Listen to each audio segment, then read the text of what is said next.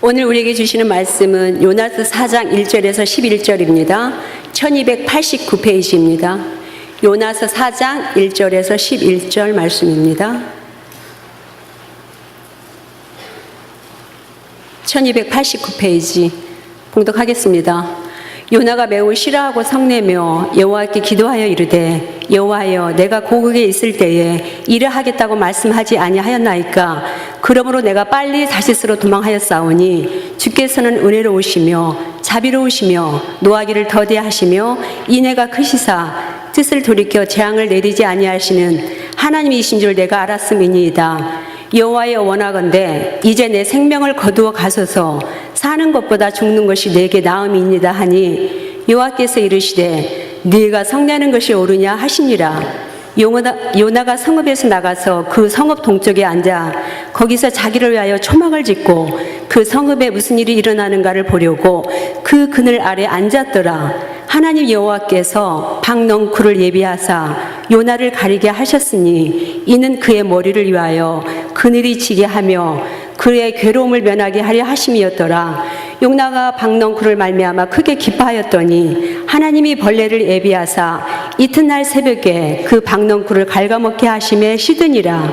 해가 뜰 때에 하나님이 뜨거운 동풍을 예비하셨고 해는 요나의 머리에 쪼임에 요나가 혼미하여 스스로 죽기를 구하여 이르되 사는 것보다 죽는 것이 내게 나으니이다 하니라. 하나님이 요나에게 이르시되 네가 이 박넝쿨로 말미암아 성내는 것이 어찌 옳으냐 하시니 그가 대답하되 내가 성내에 죽기까지 할지라도 옳으니이다 하니라. 여호와께서 이르시되 네가 수고도 아니하였고 재배도 아니하였고 하룻밤에 났다가 하룻밤에 말라버린 이 박넝쿨을 아꼈거든. 하물며 이 큰 성읍 니느웨에는 좌우를 분별하지 못하는 자가 12만여 명이요 가축도 많이 있나니 내가 어찌 아끼지 아니하겠느냐 하시니라.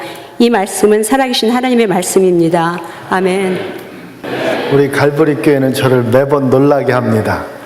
1부에도 찬양을 들었지만 2부에 들으니까 얼마나 또 감격이 새로운지 너무 귀한 찬양 감사드리고, 또 찬양대만 있는 줄 알았더니 찬양단이 있어서 이렇게 예배 전에 인도를 하시는데 얼마나 그 은혜가 되는지 모릅니다.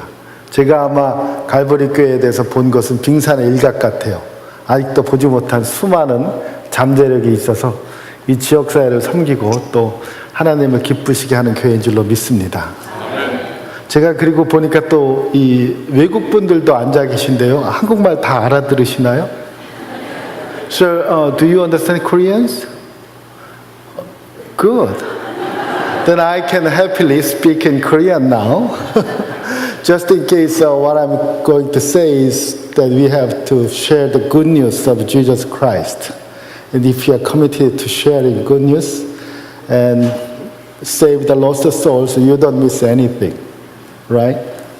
이제 제가 저분들한테도 말씀드렸지만 지난 3일 동안 얘기한 것은 한마디로 요약하면 전도합시다, 그 말씀이에요. 그러니까 여러분이 오늘 처음 나오셨어도 오늘 설교 들으시고 전도하면서 살아야 되겠다, 그 마음이 들어가시면 그동안 안 나오신 게 다 용서가 됩니다. 그러니까 여러분들 이 설교 들으시고 나도 이제 전도하면서 살자, 그런 생각을 하실 수 있기를 바라고 제가 최선을 다해서 말씀을 전하겠습니다. 제가 이제 전도하자는 설교를 하면 많은 분들이 겁을 내고 싫어하고 안 하시는 이유를 곰곰이 생각하면서 발견한 게 몇 가지 있어서 그걸 먼저 나누고 오늘 처음 오신 분들과 서론되는 이야기를 좀 해서 마음을 준비하도록 그렇게 하겠습니다. 전도하자 그러면 사람들이 왜 두렵고 떨려 하냐 하면 오해가 있습니다. 즉 전도는 교회로 사람을 데려오는 걸로 아는 분들이 많아요. 저희들이 총동원 전도주의를 할 때 누구를 몇 명 데려오고 전도왕 제일 많이 오신 분 테레비도 주고 이런 교회 행사들이 있었기 때문에 많은 분들이 오해하기를 전도는 교회로 사람을 데려오는 것이다. 근데 나는 사람 데려올 재주가 없다, 이렇게 걱정하시는 분이 계세요.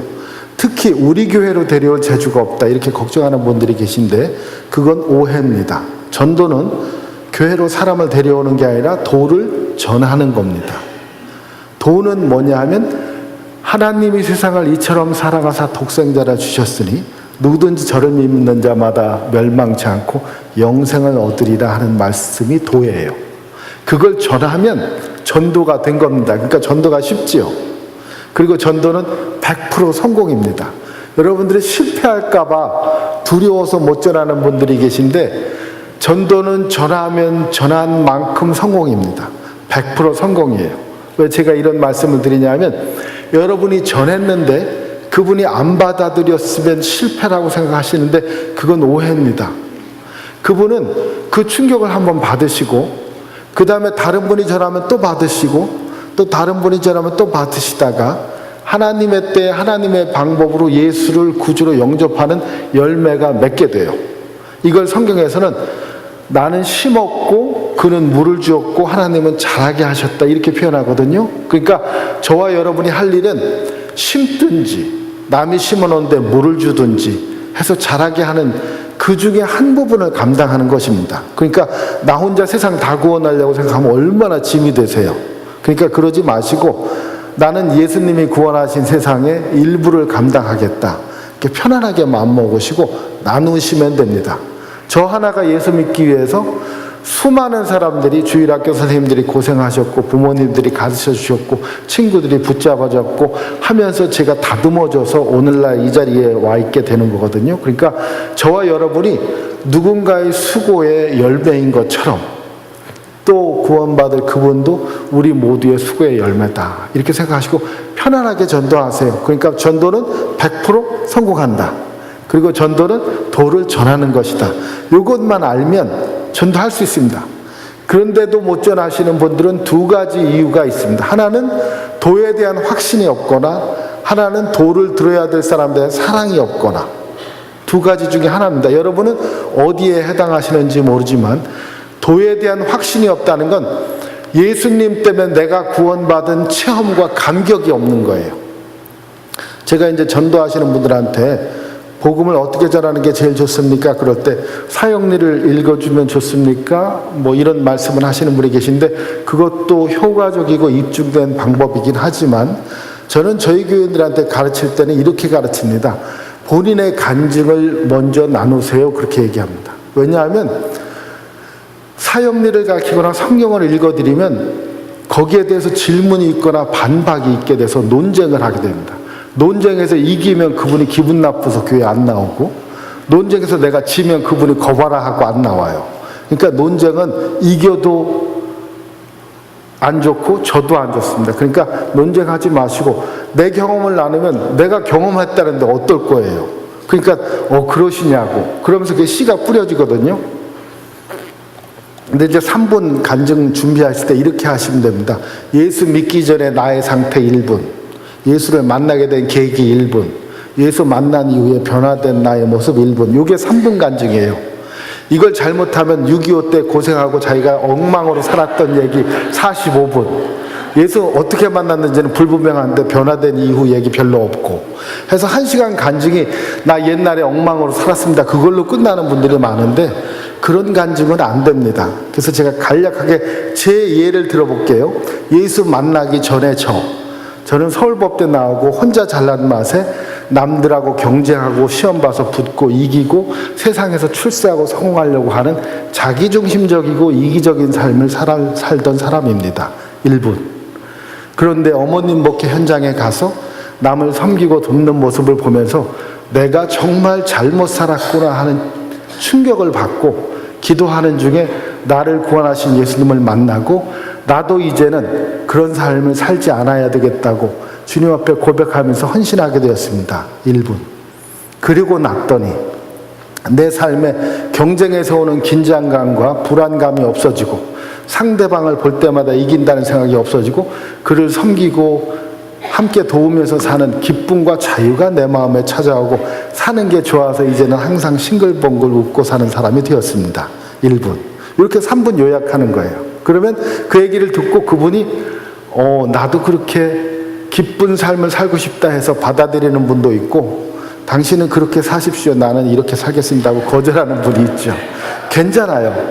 그렇게 거절한다고 해서 그걸 절대로 개인적인 배척이라고 생각하지 마십시오. 그냥 그분이 아직 때가 안 됐구나 생각하시고 고구마 전도왕이 한 것처럼 아직 덜 익었나 보다 생각하시면 됩니다. 그러면서 꾸준히 성령께 기도를 하고 그분을 위해서 기도하면 언젠가 그분은 내 간증에는 감동이 안 됐지만 딴 사람 간증에는 감동이 될 수가 있거든요. 그렇게 해서 이제 전도가 되는 것입니다. 그러니까 분명한 체험이 있어야 되는데 이게 없는 분들은 주님 앞에서 주님을 만나기를 소원하고 부활하신 주님을 만나는 그걸 위해서 기도하세요. 이게 있어야 전도가 됩니다. 이게 없는데 내가 불이 안 붙었는데 어느 나무에 불이 붙이겠어요. 그러니까 불 붙은 장작이 다른 장작에 불 붙이는 거거든요. 그러니까 먼저 그걸 기도하시고 내게 분명한 복음의 체험이 있는데도 불구하고 전도가 안 되는 분들이 있어요. 그런 분들은 뭐가 문제냐면 전도 대상자에 대한 사랑이 없습니다. 그분이 구원받아야 되는데 저 어떡하나 죽어가는데 어떡하나 그 안타까움이 없어요. 그러니까 저 사람이 죽어요. 그럼 그래 죽는 사람이 개뿐이냐? 뭐 이러면서 관심이 없어요. 아우 누가 밥 못 먹는데 그럼 그래 아프리카는 굶는 애 많잖아. 그러고 그냥 신경은 안 씁니다. 그러니까 이 예수를 안 믿고 저 사람 돌아가시게 되겠다는 거기에 대한 사랑이 없는데 이 사랑이 없는 분들은 교회에서 봉사하거나 단기 선교하거나 하면서 이 사랑이 생기는 계기가 만들어질 수가 있습니다. 하나님의 은혜로 자기 마음속에 메마른 감정에 단비가 내리면서 사랑이 생기는 경우가 있는데 이것까지만 해도 좀 나아요. 어떤 분들이 계시냐면 저 사람이 구원받으면 절대로 안 된다 하고 그렇게 다짐하시는 분들이 있어요. 그래서 전도 안 하는 분들이 있어요. 그러니까 저 인간은 반드시 죽어야 돼. 여러분 이게 안 믿겨지시죠? 근데 실제로 제가 목회하다 보면 신앙이 좋으신 분들 중에 자기 의가 너무 세서 저 사람이 구원받아서 천국 가느니 저 사람하고 같이 천국 갈 바에 내가 지옥 가겠습니다 하는 분들이 있어요. 야, 다른 데에 있는 게 아니라 요나서 4장 1절에 있습니다. 요나가 매우 싫어하고 성냄의 여호와께 기도하여 이르되, 여러분 요나가 왜 지금 싫어하고 성냅니까? 그것도 매우 싫어합니까? 그 이유가 이렇게 나옵니다. 여호와여 내가 고국에 있을 때 이러하겠다고 말씀하지 아니하였나이까? 그러므로 내가 빨리 다시스로 도망하였사오니. 1장을 읽을 때 이해가 안 됐어요. 하나님 만났는데 하나님이 직접 명령하셨는데 하나님의 종이 왜 도망가나? 여기 이유가 납니다. 본인의 자백이에요. 주께서는 은혜로우시며 자비로우시며 노하기를 더디하시며 인애가 크시사 뜻을 돌이켜 재앙을 내리지 아니하시는 하나님이신 줄을 내가 알았음이니이다. 이 요나가 안 하나님은 어떤 하나님이에요? 사랑이 풍성하신 하나님, 죄를 고백하면 용서하시는 하나님. 나는 이런 하나님이 싫다 이거예요. 여러분 그런 하나님이 싫으세요? 좋으세요? 좋잖아요. 아니 하나님 사랑이 많으니까 얼마나 좋아. 그 덕분에 나도 구원받고. 죄인 입장에서는 그런 하나님이 좋은데 의인 입장에서는 그런 하나님이 싫은 거예요. 이분은 어떻게 생각하냐 하면 하나님 이게 뭡니까? 신상필벌. 착한 일 한 사람은 복 주셔야 되고 나쁜 짓 한 사람은 벌 주셔야 되는 거 아닙니까? 나는 신명기 27장 28장 그게 너무 좋아요. 순종하면 축복, 불순종하면 저주. 흑백 논리 간단하고 좋잖아요. 왜 죄지은 죄도 구원해 주십니까? 나는 그게 싫어요. 하나님 딴 건 다 좋은데 사랑 많은 게 오게 티야. 이러는 거예요. 그러니까 나는 이런 하나님이 싫다는 거예요. 정말 왜 니느웨가 회개한다고 해서 그걸 용서해 주시냐는 거예요. 그 니느웨 것들은 다 죽어야 되는데 마땅한데 이것들 살려주시는 이 하나님, 내가 여호와여 원컨대 이제 내 생명을 걷어 가서서 사는 것보다 죽는 것이 내게 나음이니이다. 그 사람들 예수 믿고 구원받는 꼴을 보느니 차라리 내가 죽겠다는 거예요. 내 눈에 흙이 들어가기 전에 안 되겠다. 참 이게 성경에만 있는 거면 너무 좋겠는데 제가 목회하면서 그런 일이 있습니다. 이제 막 그 성도님들이 전도해가지고 나오면 새로 처음 오신 분들을 대상으로 복음 설교 하잖아요. 그럼 예수 그리스도의 그 사랑과 은혜가 얼마나 큰지 설교를 듣고 감동을 받아서 어떤 분이 예수 믿겠다고 그 자리에서 이제 결심하고 나오잖아요. 그럼 막 축복해주고 새가족반에서 새가족 훈련 끝난 다음에 새 교인으로 받아준다고요. 그 온 교회가 축제하는 축제인데 그 예배 끝나고 집에 갔는데 장로님이 오셨어요. 목사님, 오늘 세교로 들어온 아무개 아시죠? 그럼요. 그분 알죠. 아주 그냥 은혜를 확실하게 받았던데요. 그러니까 작심삼일이에요. 두고 봐야 합니다. 그분이 어떤 분인지 아세요? 잘 모르는데요. 그분 동네에서 평판이 어떤지 아세요? 잘 모르는데 그런 사람이 우리 교회 나오면 우리 갈보리교회 평판이 떨어집니다. 레퓨테이션이 나빠져요. 그래요? 그래도 그분이 내가 볼 때는 이 예수님의 은혜를 받고 믿기로 한 분 같은데 아니에요. 목사님 연세가 어리셔서 세상을 순진하게 보셔서 그렇지 그렇지 않습니다. 그런 분은 교회 안 나오는 게 도움돼요. 그럼 어떡합니까? 목사로서 저는 신앙 양심상 그런 분 보고 나오지 말라 말을 못 하겠는데요. 목사님 걱정 마십시오. 이래서 장로가 필요한 거 아닙니까? 제가 교회를 위해서 총대를 매겠습니다. 아니 장로님 그러시면 안 됩니다. 목사님 염려 마시고 저한테 맡겨놓으세요. 자기가 가서 당신 같은 사람은 우리 교회에 도움이 안 되니 나오지 말라고 말하시겠다는 거예요.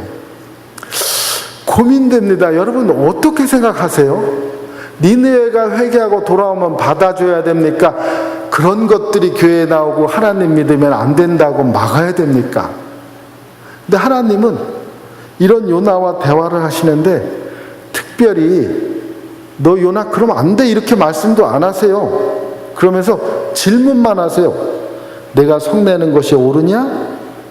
그랬더니 요나가 대답도 안 하고 하나님하고는 대꾸할 가치도 없다. 그러면서 문 쾅 닫고 나가버려요. 문 쾅 닫고는 성경에 없어요. 근데 성읍에서 나갔어요. 그 성읍 동쪽에 앉아서 거기서 자기를 위해 초막을 짓고 그 성읍에 무슨 일이 일어나는 것을 보려고 그늘 아래 앉았다. 여러분 그 성읍에 무슨 일이 일어났습니까? 안 일어났습니까? 그동안 안 나와서 모르세요? 제가 말씀드릴게요. 그 성읍에 무슨 일이 일어났어요. 무슨 일이 일어났냐면 다 뒤집어졌어요. 왕부터 백성부터 다 금식하고 제해안고 동물들까지 금식을 하고 지금 난리가 났습니다. 근데 이 난리 난 거는 무슨 일이 일어난 건데 이 일어난 걸로 안 치고 작심삼일이다. 두고 보자. 저게 어떻게 되나. 그러니까 제가 이 상상을 해보면 입이 뾰쭉 나오고 팔짱 끼고 딱 눈 부릅뜨고 째려보는 그런 모습이에요.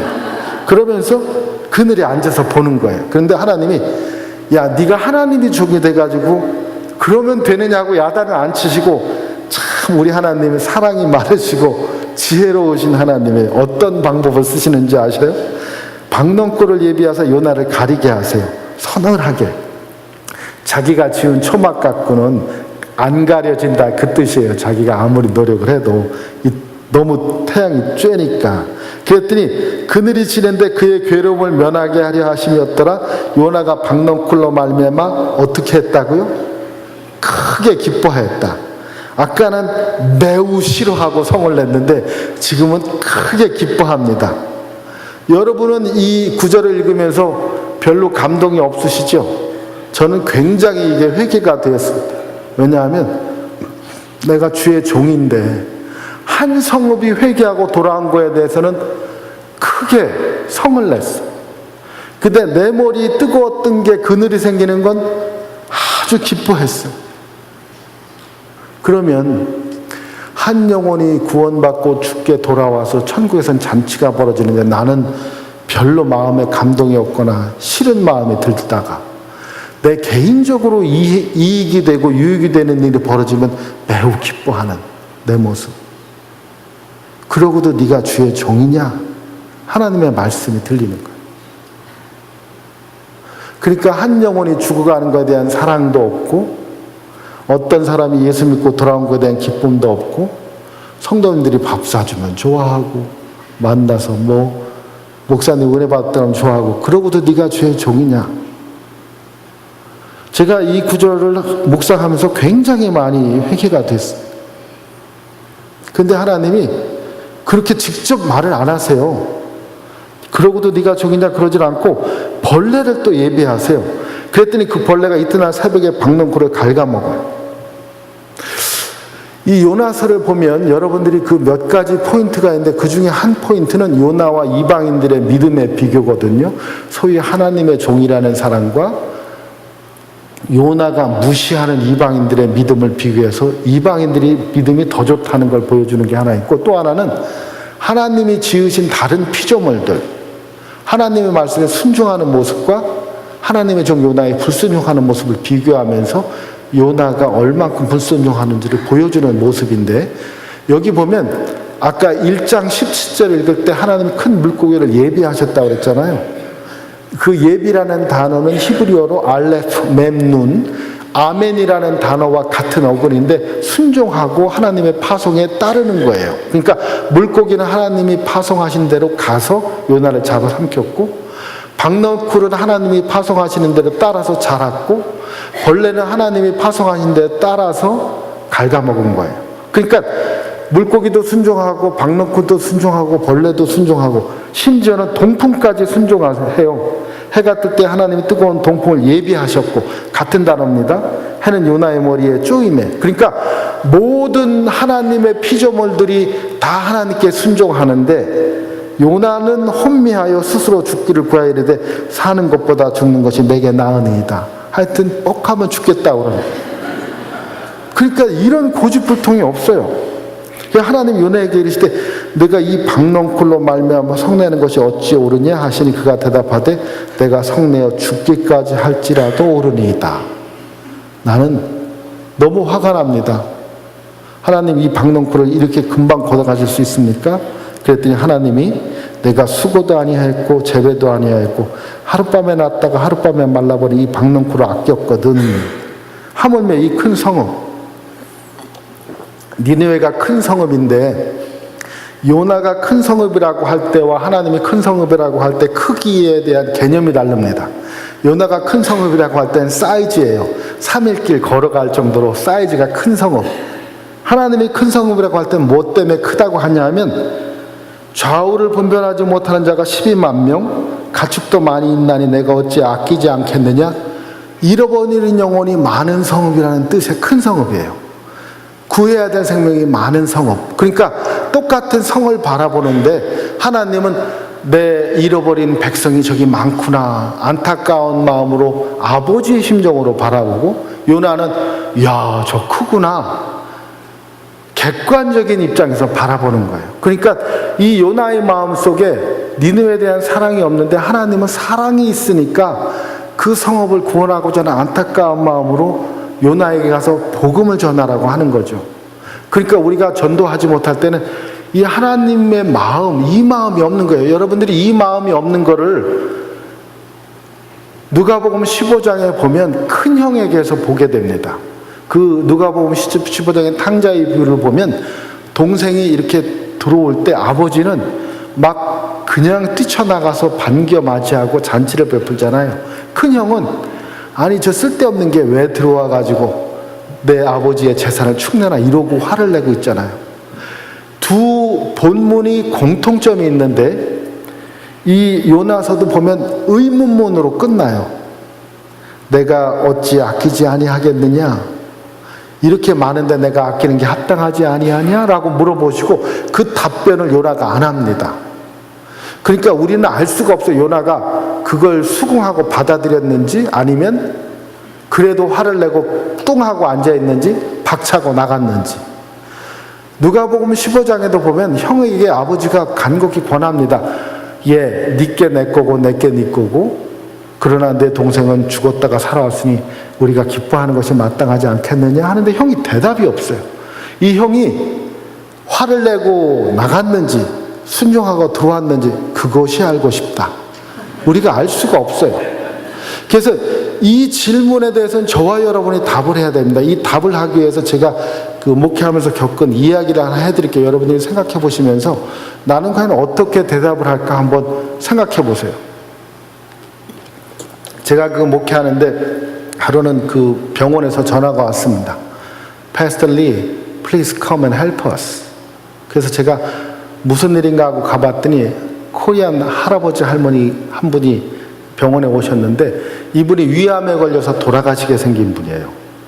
근데 이분이 생명이 얼마 안 남았다고 의사들이 판단해서 가족에게 연락을 했으면 좋겠는데 이분이 영어를 못 하시니까 통역이 필요하다고 저를 부른 거예요.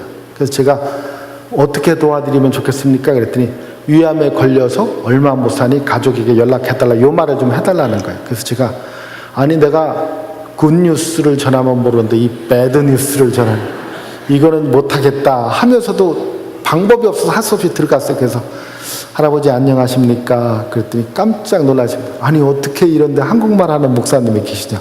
제가 미국 교회 하는 한국 목사입니다. 할아버지 제가 할아버지께 드릴 말씀이 있어서 왔는데요. 몸이 안 좋으시네요. 그랬더니 네 제가 위암입니다. 그래요. 알고 계셨어요? 얼마 못 사신다는데 그랬더니 네 뭐 한 달 못 살겠지요. 그러시더라고요. 그럼 이미 본인이 다 알고 계시군요. 가족에게 연락해 드릴까요? 그랬더니 연락해 올 사람이 없습니다. 그래요. 아니 왜요? 그랬더니 제 마누라는 저를 남편으로 여기지 않고 자식들은 저를 아버지로 여기지 않습니다. 아니 어떻게 하시다가 그런 사정이 됐을까 이 아버지 날에. 제가 그래서 무슨 일이 있으셨는데 그랬더니 저는 목수예요.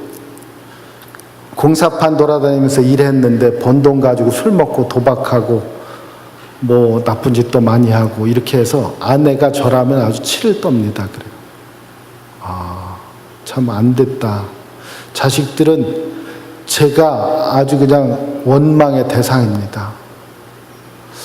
그러니까 제가 인생을 어떻게 살면 말년에 이렇게 되나 안타까우면서도 도와드릴 방법이 없어. 그래서 그럼 뭘 어떻게 해드릴까요? 그러니까 제가 직접 가서 얘기해야죠 뭐. 그리고 저는 그럼 할 일이 없네요. 그랬더니 목사님 기도해 주세요 그러더라고요. 아니 예수 믿으세요? 이제 제 마음이 혼돈이 되는 거야. 그렇게 산 분이 예수를 믿다니. 이런 사람들 때문에 교회가 욕을 먹는구나. 이제 제가 막 갈등이 되는데 그분이 막 웃으면서 제가 목사님 생각을 잘 압니다. 제가 예수 믿는다니까 놀랍죠? 그러더니 한 2년 전에 플로리다에서 전도를 받고 예수를 영접했다는 거예요. 구세주로. 그러고 나서 보니까 너무 지은 죄가 많고 하나님 은혜가 감사해서 자기가 목수니까 강대산도 고치고 퓨도 고치고 애들 놀이터 시설도 고치고 그래도 고치고 한참 재미나게 신앙생활을 하려고 하는데 위암이 발견된 거예요. 그래서 치료를 하려고 하는데 늦어서 얼마 못 산다는 얘기를 듣고 무슨 마음이 들었냐 하면 내가 죽기 전에 아내와 자식에게 가서 용서해달라는 말을 하고 죽어야 되겠다 생각하고 집으로 가는 도중에 너무 몸이 아파서 하이웨이 옆에 세웠는데 하이웨이 패트롤이 픽업해서 병원으로 데려왔다. 그게 그분의 스토리예요. 그래서 너무 안 됐는데 기도합시다. 그리고 하나님 이분이 가족과 화해하고 아름다운 임종을 맞이하게 도와주세요. 기도하고 갔지요. 집에 갔는데 새벽 2시에 전화가 왔어요. 그러니까 미국 교인들 점잖아서 잘 전화를 밤 10시 이후에는 안 하는데 응급 전화다 싶어서 받았더니 병원이에요. 지금 그 할아버지 돌아가시니까 오라는 거예요. 갔더니 정말 돌아가실 것 같아서 예수 믿고 구원의 확신 있습니까? 네. 천국에서 만납시다. 네. 그리고 기도해드리고 돌아가셨어요. 자, 돌아가셨으니 이제 어떻게 해요? 할 수 없이 경찰의 도움을 받아서 가족 연락처를 알아내서 전화번호를 받아서 전화를 했어요. 따르릉, 여보세요? 아, 네. 거기 아무개 씨 댁입니까? 잠잠. 저 아무개 씨 부인 되세요? 나는 그런 사람 모릅니다. 딸까닥. 전화를 끊어버려요. 이거 참 안 되겠더라고요. 그래서 이걸 어떡하나 하다가 다시 한번 걸어볼게요. 이번엔 남자가 봤는데 아무개 씨 집입니까? 또 깜깜 무소식이에요. 저 아무개 씨 아시나요? 그러니까 저는 그런 사람 모릅니다. 그리고 탁 끊어요. 그러니까 그 할아버지 예감이 맞은 거예요. 부인이고 자식이고 아버지 남편으로 인정을 안 하는 거예요. 할 수 없이 제가 교인들한테 얘기했어요. 우리 교회에서 이제 홈리스 장례식을 1년에 한 번씩 해주는데 한 번 할 때 한 40-50명씩 하거든요. 그러니까 지나가다가 객이 하나 죽었는데 장례를 좀 치러줬으면 좋겠다. 이분은 한국분인데 합동 장례식이 아니고 그냥 개인 장례식을 치렀으면 좋겠다 했더니 또 교인들이 선선히 그렇게 하자고 그러더라고요. 그래서 이제 장례식 준비를 해놨는데 도저히 안 되겠어서 전화를 했어요. 또 누가 받길래 목에 힘을 주고 저 이성호 목사입니다. 그랬더니 목사님 누구세요? 그러더라고요. 저는 미국 교회 하는 목사인데 아무개 씨가 이 지역에서 돌아가셔서 장례를 맡게 됐습니다. 혹시 아드님이시면 참석을 바랍니다. 그랬더니 가만히 있더라. 저희 교회에서 장례 비용 다 되고 장례 날짜는 언제고 장소는 어디입니다. 부디 참석해 주시기 바랍니다. 내가 한국인 목사인데 한국분 지나가다 돌아가신 분 장례한다고 해서 미국 분들이 다 돈을 내서 해주는데 이 목사 체면도 있고 하니 좀 참석해 주시기 바랍니다. 했더니 아무 말 없어요. 제가 기도하고 끊었죠 뭐. 그런데 장례식 때 그분들이 그 아내와 아들이 왔어요. 두 사람이 참석을 했어요. 했는데 우리 교회 몇 사람하고 이분이 자기의 죄를 용서받고 싶어서 가족에게 용서를 구하러 가다가 이곳에서 죽었습니다. 주님이 그분을 이미 용서했으니 여러분도 용서해 주시기 바랍니다. 그렇게 설교를 했거든요. 장례 설교를. 부인하고 아들이 엄청 울어요. 막 울면서 막 그 인간 살았을 때 내가 그 얘기 들었어야 되는데 그러고 막 우시더라. 근데 다 장례식 끝나고 두 분이 헌금을 하셔서 장례 비용 다 할 정도로 헌금 많이 하시고 잘 이제 자기 집으로 돌아가셨는데 그 할아버지 돌아가시기 전에 제게 남긴 말씀이 있습니다. 목사님, 전 너무 억울합니다. 일생을 방탕하게 살다가 말년에 겨우 예수 믿고 좀 믿을만 하니까 죽게 돼서 억울합니다. 그러면서 여러분, 젊은 여러분들이 있는 곳에 가시면 제 얘기를 꼭 해주세요. 그래서 젊어서 예수 믿는 게 얼마나 큰 축복인지, 젊어서 섬기는 게 얼마나 큰 은혜인지 꼭 좀 전해주세요. 그러고 돌아가셨어요. 제가 그분의 이야기를 들으면서 이 교회 목회 현장에서 겪는 실제 일과 비교가 되면서 혼돈이 오기 시작했습니다. 그래서 그 혼돈을 정리하느라고 상당한 시간 고민을 많이 했는데 나름대로 정리한 걸 여러분들하고 나눠볼게요. 왜냐하면 저는 목회 현장에서 어떤 일을 종종 겪냐하면 부엌에서 막 설거지하던 여자 집사님이 갑자기 접시를 내동댕이 쳐요. 그래서 왜 그러냐고 그러면 목사님 이게 뭐예요? 나만 맨날 왜 부엌 일을 해요? 집에서도 하고 교회에 와서 내가 무슨 부엌댁인 줄 아세요? 내가 놀래가지고 미안합니다. 제가 도와드릴게요. 같이 설거지하고. 그리고 교회에서 충성되게 일하던 집사님이 어느 날 번아웃 됐다 그러면서 자기는 이제 섬기기 싫다는 거예요. 해도 끝이 없다고. 그래서 저는 어떤 그 인상을 받았냐 하면 교회 봉사나 섬김은 짐이다 하는 인상을 받아요. 성도님한테 받는 인상은 왜 나만 시키냐, 왜 나는 이 짐을 지느냐, 왜 쟤는 노느냐, 항상 이 느낌을 받는데 그 할아버지는 내가 섬기는 게 특권이다, 섬길 기회가 없어서 억울하다, 더 일찍 믿었으면 더 섬길 걸, 어느 말이 맞는지를 모르겠더라고요. 그러면 여러분들은 어떻게 생각하세요? 섬기는 게 축복이에요, 짐이에요? 대답이 두 가지로 나오죠. 저도 그래요. 그래 혼돈이 돼갖고 고민을 많이 하면서 이게 짐인가 축복인가, 목사가 돼서 섬기는 게 이게 짐인가 축복인가 고민을 많이 하게 되더라고요. 그러면서 기도하는 가운데 일단 잠정적으로는 이렇게 제가 이론화했습니다. 그러니까 맞는지 틀린지 여러분이 들어보시고 정하세요. 어떻게 이론화했냐면 우리는 자본주의 세계에 살면서 자본주의 논리에 익숙하다. 자본주의는 최소 투자에 최대 효과를 내는 거다. 그러니까 조금 믿고 천국 가면 그게 좋지 괜히 어려서부터 많이 믿고 천국 갈 필요가 없다. 전도 나가면서 예수 믿으세요 그러면 좋은 일, 자기 좋은 일 다 하다가 죽을 때 믿고 가겠다는 거예요. 내가 죽을 때 예수 믿어도 천국 가지요. 물론 가지요. 근데 뭐하러 미리 믿겠습니까? 저는 하고 싶은 거 다 하다가 기운 빠지고 돈 떨어지면 그때 교회 나가려고 그럽니다. 천부의 의지 없어서 손 들고 옵니다. 그때 가면 된다는 거예요. 그래서 제가 그런 분들 생각하면 그런 분들이 성경에서 제일 존경하는 인물 십자가상의 강도, 그분은 평생 강도로 살다가 죽기 직전에 주여 당신이 오늘 낙원에 들어갈 때 나를 기억하소서, 그거 얘기하는데 몇 초 걸려요? 주님이 그래 내가 오늘 나와 함께 낙원에 가리라 할렐루야, 그리고 구원받은 거예요.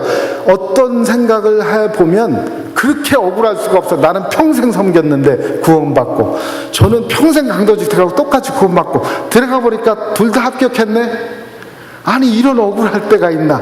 그게 누가복음 15장에 나오는 큰형의 항변이에요. 아니 아버지, 저는 아버지 옆에서 죽도록 일했는데 염소 새끼 한 마리 잡아서 놀게도 안 하더니 창기와 함께 먹어버린 저놈은 들어오는데 잔치해주고, 이게 뭡니까? 그게 요나의 항변이에요. 나도 구원받고 쟤도 구원받고 나 이거 못 살겠습니다. 여러분은 어떻게 느끼세요? 그런데 이 할아버지 말에 의하면, 목사님, 저는 더 일찍 못 믿은 게 억울합니다. 더 드리고 싶은데 드릴 시간이 없어서 억울합니다. 더 섬기고 싶은데 섬길 날이 남지 않아서 억울합니다. 왜 저는 이렇게 늦게야 예수를 믿게 되었을까요? 왜 저는 젊어서부터 믿고 평생 기쁘게 섬기지를 못했을까요? 이게 한이 됩니다. 그런 거예요. 제가 그 얘기를 들으면서, 아, 우리의 믿음이 율법주의적인 믿음이 되면 교회 섬기는 게 다 짐이구나. 율법을 하나하나 지켜가는 건데 은혜를 모르니까. 그런데 은혜로 구원받은 사람들은 섬기는 게 이게 기쁨이구나, 그걸 알게 됐어요. 그래서 성도님들이 이거 해야 됩니다, 저거 해야 됩니다, 이걸 하십시오, 이걸 안 하면 지옥 갑니다, 이렇게 경향이, 오리엔테이션이 되신 분들은 교회 나오면서 기쁨이 없어요. 그런데 나 같은 죄인이 속죄함 받아서 주 앞에 의롭다 함을 얻으면 예수 그리스도의 보혈의 공로입니다, 이렇게 믿는 분들은 너무 좋아서 드려도 더 드리고 싶은 거예요. 해도 더 하고 싶은 거예요. 더 못하는 게 억울한 거예요. 그런데 성도님들이 그게 짐이라고 생각하는 순간 이게 힘들어집니다. 제가 하루는 그 성도님이 세탁소 하시는 분 신방을 갔는데, 이분이 더운 여름에 막 다리미질을 하는데 저를 보자마자 화를 내요. 목사님, 아니 나는 지금 신방 왔는데 제가요 이 셔츠 한 장 다리면 얼마 버는지 아세요? 그래서 제가 그걸 어떻게 합니까? 10전 법니다. 그렇군요. 그랬더니 제가 이거 달에서 10전 벌면 100불 헌금하려면 몇 장 달아야 되는지 아세요? 그러더라고요. 제가 계산해보니까 1000장을 달아야 돼. 야, 그렇게 성도들이 수고해야 100불짜리 헌금이 봉헌에 들어오는 걸 제가 알고 너무 마음이 아프더라고요. 그렇게 더운 여름날 땀 흘려가면서 1000장을 달아야 100불 헌금하는구나. 근데 그분이 이러는 거예요. 그런데도 제가 100불 헌금을 해야 되겠습니까? 그러니까 하지 마세요. 그럴 수가 없더라고요. 그래서 제가 답변이 없어갖고, 정말 그렇게 귀한 헌금인데 정말 귀하게 드리시는군요. 그러면서 그렇게 귀한 번 돈이기 때문에 저는 교회밖에 드릴 게 없네요. 그랬더니 갑자기 이분이 어리둥절해 하시더라고요. 그렇게 피땀 흘려 번 돈을 술 먹는 데 쓰기엔 너무 아깝잖아요. 그렇잖아요. 그냥 마셔버리기엔 너무 아깝잖아요. 골프 내기에서 벌금 내기는 너무 아깝잖아요. 그렇게 번 돈인데, 저 같으면 그 돈 갖고 명품 가방 못 사요. 옷 못 사 입어요. 그게 어떤 돈인데, 내 피고 내 땀인데, 이거는 세상에서 제일 귀한데 생명 살리는 일밖에는 쓸 데가 없는 돈이에요. 그러니까 나는 교회밖에 드릴 데가 없어요. 그랬더니 이분이 가만히 계시더라고요. 저도 더 이상 할 말이 없어 기도하고 나왔는데, 그 다음 주에 보니까 헌금에 100불짜리를 탁 해주더라고요. 제가 그거 보면서, 야, 이게 이분의 땀이고 이게 피인데, 성도님들이 여기 그냥 가만히 앉아 계신 것 같아도 지금 여기 앉아 있기 위해서 경제학적 용어로 말하면 기여비용을 10,000불 내신 분이 있고 100,000불 내신 분이 있고 얼마나 수고하신 분들이 많아요. 제가 압니다. 어떤 분은 주일 성수하기 위해서 가게 문을 닫으면 15,000불 매상이 그날 손해나는 거예요. 근데 기도하는 중에 문 닫고 나오셨어요. 제가 그분 보면 저번은 15,000불짜리 예배인데 이게. 여러분 어떻겠어요? 학생들은 내일이 시험인데 나와 있는 분이 있을 거고, 왜 그럼 이 자리에 나와서 저렇게 예배를 드립니까? 이게 제일 귀하다고 생각되기 때문에. 왜 헌금을 드리겠어요? 그러니까 그분 말씀이 생명을 살리고 주님께 드리는 이 일이 가장 귀하다고 믿기에 나는 더 드리고 싶은데 드릴 시간이 모자란 거 그게 안타깝습니다. 그러니까 목사님 젊은이들에게 제 얘기를 하면서 젊은 날 믿고 헌신하고 드리는 게 복이라고 전해주세요. 제가 그래서 그분의 말씀을 전합니다. 언제가 되면 더 드리고 싶어도 드릴 수 없는 때가 있습니다. 우리의 삶이 그렇게 길지 않아서 어느 날이 되면 더 섬기고 싶어도 섬길 수 없이 몸이 약해지는 때가 있어요. 저는 미국 교회 하면서 노인분들을 보면 그런 생각을 많이 해요. 이제는 더 섬기고 싶어도 섬길 수가 없습니다 하는 때가 옵니다. 그때가 오기 전에 섬기는 거예요. 마음껏 섬겨보는 거예요. 더 이상 드리고 싶어도 드릴 돈이 없어가지고 제가 아는 저희 친척 한 분이 헌금 시간이 됐는데 주머니에 1,000불짜리 지폐 한 장이 없더래. 그래갖고 그 전에 돈 많을 때 10만 불짜리 수표도 아깝지 않았는데 1,000불이 없어 못 드리는 그 시간에 눈물만 드렸던 그 사업 실패의 경험을 한번 겪고 난 다음부터는 하나님의 축복으로 다시 사업이 잘 될 때는 마음껏 드리면서 드릴 수 있을 때 제가 주님 드립니다 그러면서 드리는 거예요. 그래서 정말 우리에게 남은 시간이나 기회가 그렇게 항상 있는 게 아닙니다. 더 드리고 싶고 더 섬기고 싶을 때 드리는 거죠. 안도현 시인의 시에 이런 시가 있습니다. 짤막한 시 전문에 연탄재 함부로 발로 차지 마라. 너는 언젠가 누구에게가 그렇게 뜨거웠던 적이 있느냐. 정말 내가 무엇 때문에 가슴앓이 해보고 막 열정에 불타본 적이 있으세요? 주님께서 우리에게 주신 생명 감사하게 여기고 그걸 나누는 일에 평생 헌신하는 주의 종들이 되시기를 주님의 이름으로 부탁드립니다. 우리 기도하겠습니다. 살아계신 하나님, 오늘 이 말씀 전할 기회가 있는 것 감사드립니다. 부족한 제가 예물을 드릴 수 있는 기회가 있는 것 감사드립니다. 드리고 싶어도 드릴 수 없고 섬기고 싶어도 섬길 수 없는 때가 오기 전에 섬길 수 있는 이때, 드릴 수 있는 이때에 섬기고 드리게 하여 주시옵소서. 그걸 통해서 생명들이 살아나는 그 주님의 기쁨이 나의 기쁨인 것으로 고백하게 하여 주시옵소서. 모든 말씀 예수님 이름으로 기도드리옵나이다.